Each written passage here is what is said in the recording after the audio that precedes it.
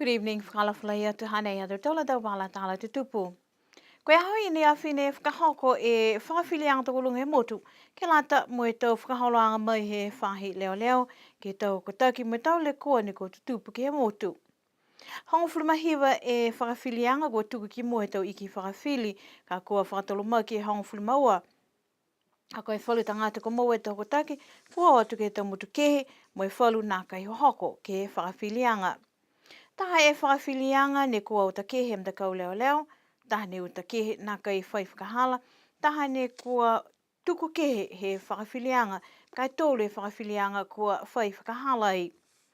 Laulahi he tau whakawhilianga ke tau le kua pele o awhi, ha koe whakaholo ka he kona hia he tau kamakona, pihia ke he nā kai whai pepa whakatai pele o awhi ke holo ke he pola tū.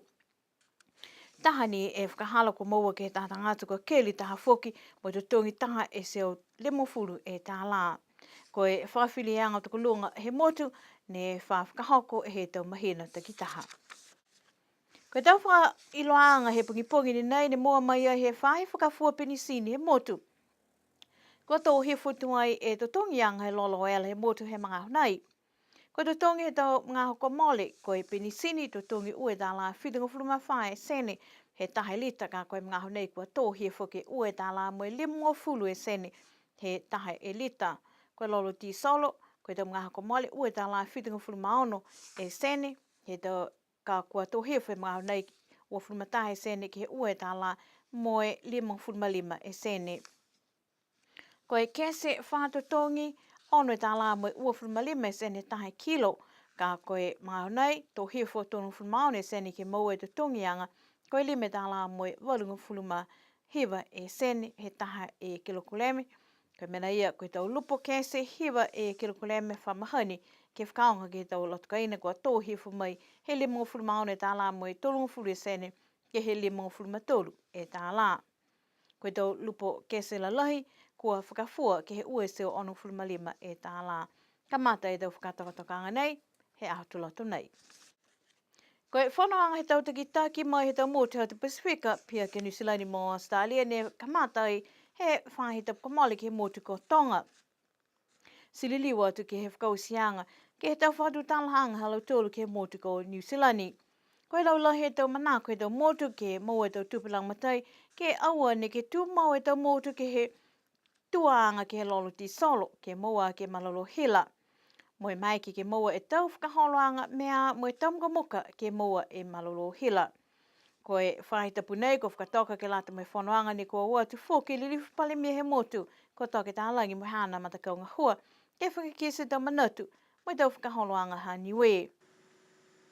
Ko e mga honei ki sia whoki tau ngā hua ha niue, ke whakahanga mitaki mo e tālanga whalua tau koloa ke lang matai, ke maua e malolo hila mai he laa. Pehe whamatalanga he iki pule ke tau ngahui whawha New Zealand ko Murray Makali.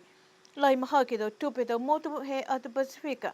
Nye whakamole ke he lolo ti solo si kua lanta ke whaitau seanga ke whakahangahanga mitaki e tau whakaholoanga ke moa e malolo hila mai he whalo tau koloa whoki. Koe whaluha tau ngahua haniwe koe tau lapahio sola, mo kua whakatutu ke whalua tau matakawi, he motu si pia whoki, mo whalua matakawi whou kua manaki ke tālanga e tau koloa whou ki ai, ke moa e langmataianga ke lata i mai malolo hila mai e la. Ama manaki ke whakalaulahi e walatala nei ke whahe tapukahau, pia whoki ke whakatutala i ki lilifu palimia ke tau tupiko moa he atu Pasifika, ke lata i mai tau ngahua nei. Hane whai holo whakahanga i tau pohala ngā hua ke whakahanga mitaki mo e whakalaulahi e whale tali whenonga koe Matawai Resort mo e talahawanga kua mau pāputua i whanga whuluma whae e poko ke lata mo e tau whenonga ewa. Koe mga honei kua kontule ke whalutangata ngā hua ke whakafō e dek ke lata ia ke he male ki tahi mo e fuafua ke mau ke he lotonga he mahina pelila. Kua fuafua koe tau ngā hua ke hongo fulu e whale motela i tamukotonga pia mai whale he tangata ka leweki atu e tau whakaholanga nei tō katoa toa mo e mau he ua e whahitapu i mua. Nā pehe mai whoki ho kui he MNL ko Graham Horsley, kua sei ke 8 miliona tāla he tau tūpika whakaonga ke lata mo e Matawai Resort, mo taha pui ni walu miliona ke lata mo tau whale mo tela. Ko tau fuafuanga halo tolu kua tako longa lohe tau ngāta ko whakakisa manako ki o mai ke motu ke whakaonga i tau mo tela nei halo tolu. Ko e whalu kua whakamau hefo he whihe mahina tō mau popo e tau whale mo tela. Ko e ono anga ke ono e mahina i mua tau whaimatanga hua ke liu tāsile tau hala ke he whale tali whenonga mo tau wala whanua ke whakafulufulala whoki. Ko e manako ke mai ke e whale tali whenonga Matawa Resort ke holo ki mua e mitaki ke whatatai mo e whalo tau whale nei pehe nei ke au tu Pasifika. Ko e awhiawhiua ne hohoko atu e tau whuata mo e whalo tau mamatua ke lata mo e whakaholoanga mtakau he tau whuata motu ko e Convention Presentation Day. Ne tala hau he takitaki he tau whuata ko e kakanu ko tau si pehe nei ke mai ke e tau whuata ko whenonga atu ke tau whanoanga ke hukui e matakau whuata he motu ke liliu mai mo e tala hau e tau mena ko whakako ki ai.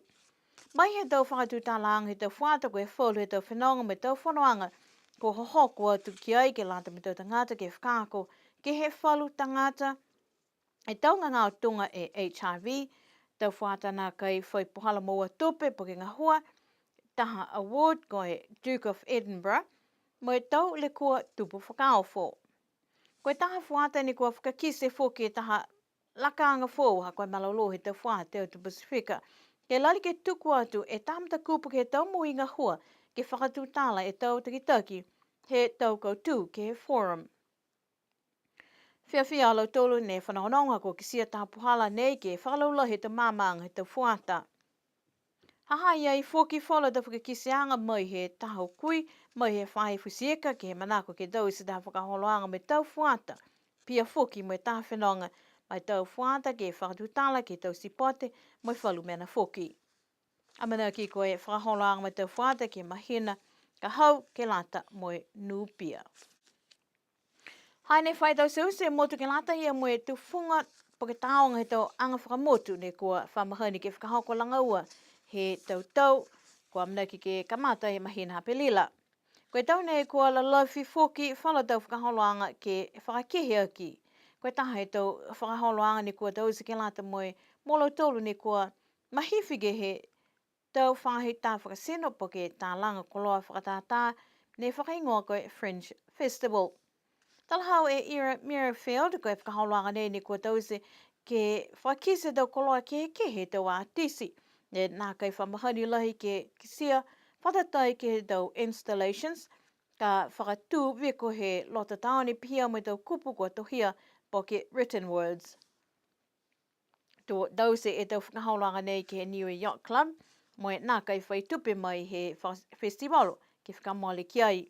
Koe taha whewua whoki ki hawhangia ki festivalo, koe whakawhiawhia he commercial centre he a whiawhilaile hongwhulmahiwa ia pelila, ke hawhangi ki he tau tangata osi, mo kamata mo hawhangi whoki whalo tau whale whakatata, kamata mai he commercial centre, ke hauko atu ki Aliutu. Koe mana koe maho nei, ke mau amana ki tau tangata ke lata mo e taunanga whiawhia nei, ne hangawa tua e motu ki ai. Whakahiko ke haro tonga tau wala talo tutupu ke lata ia mai a whiawhi nei, ko e whakatalitali tau tangata hi ka ke lata ia mai tau ika iki, ko tokalonga ne whiawhia hako ki se longa i tau kaloama ke mau nei, ko hoko ke tau matawhanga. Ko e waha kaloama ne ka mata he mtahiku he tau tauka kua nā kai ki sia mahino ke tau mga hoko mole. Whiha ni matakawi ne malika alo tolu ki ai singalo. Ka koe tau hokotaki mai he mau nei ke lata ia mo e whahitapu ko mole mo e whahitapu nei kua tokolonga lau tolu ni kua mawhisi atu ai ki he tau matakawi mahuinga ki hi e tau kaloama. Mua te mahuinga tau ika nei ki he tau manga ko awasele mo tamakotonga. Amana ki whoki e tau matakau taki maanga, tau mai longa he tau tangata koukou, tahi mo e whanawhana ika e tau hata kianga ke tau mga hala penei he motu.